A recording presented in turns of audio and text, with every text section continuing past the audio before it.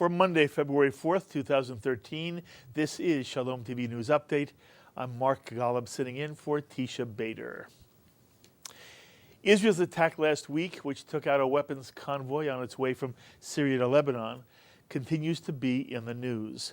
Washington now reports that the Israelis may have done serious damage to Syria's main research center, which has been working to develop biological and chemical weapons. Military experts are also talking about how effective the Israeli strike was, with apparently little difficulty for the Israeli Air Force, despite Russian-made anti-aircraft defenses surrounding the research center.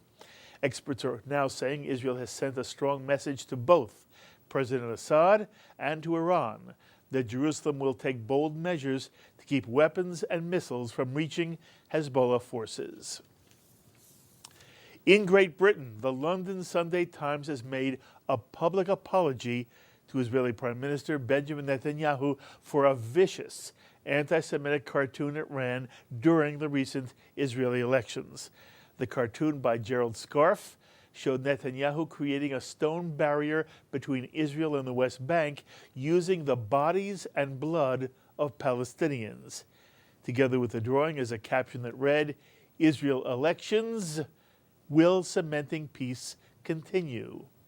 In its apology, the Times wrote, "It's one thing for a newspaper to attack and caricature a leader, and it is as legitimate to attack Israeli leaders in cartoons as anyone else.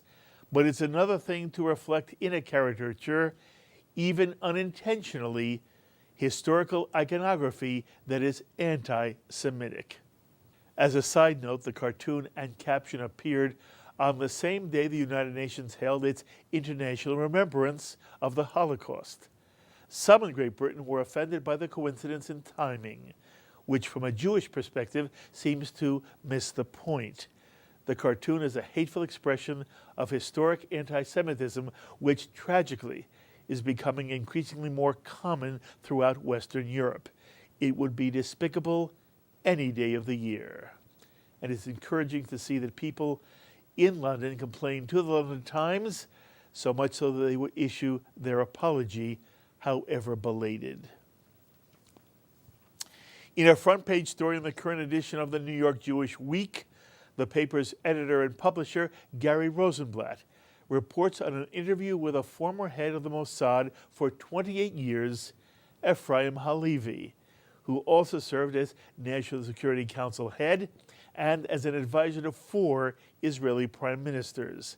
In Rosenblatt's piece, he quotes Halevi as saying that Israel's internal problems with the ultra-Orthodox Haredi community are more serious and more immediate than even the Iranian nuclear threat. While feeling that Israel has the power and capability to deal with Iran, Halevi expressed profound concern with the way the Orthodox establishment in Israel treats women and immigrant communities, such as those from the former Soviet Union and from Ethiopia, questioning their Jewish legitimacy and denying them certain basic rights of citizenship. While Halevi is only one voice on the Israeli scene, his perspective is fascinating to read in the Jewish Week. And finally, on this February 4th, the real Jewish story is the memorial service held at Temple Emmanuel this morning to bid farewell to an American icon and the most powerful Jewish presence, Ed Koch, the former 3-time mayor of New York City, who died peacefully on Friday at the age of 88. More than 2,500 people were in attendance, including dignitaries representing New York, the nation, and the world, and it was a very beautiful, touching, and moving service. A member of Ed Koch's family spoke, including his grandnieces and nephews, who described him as a third grandfather. Also, some of his longtime dear friends and colleagues.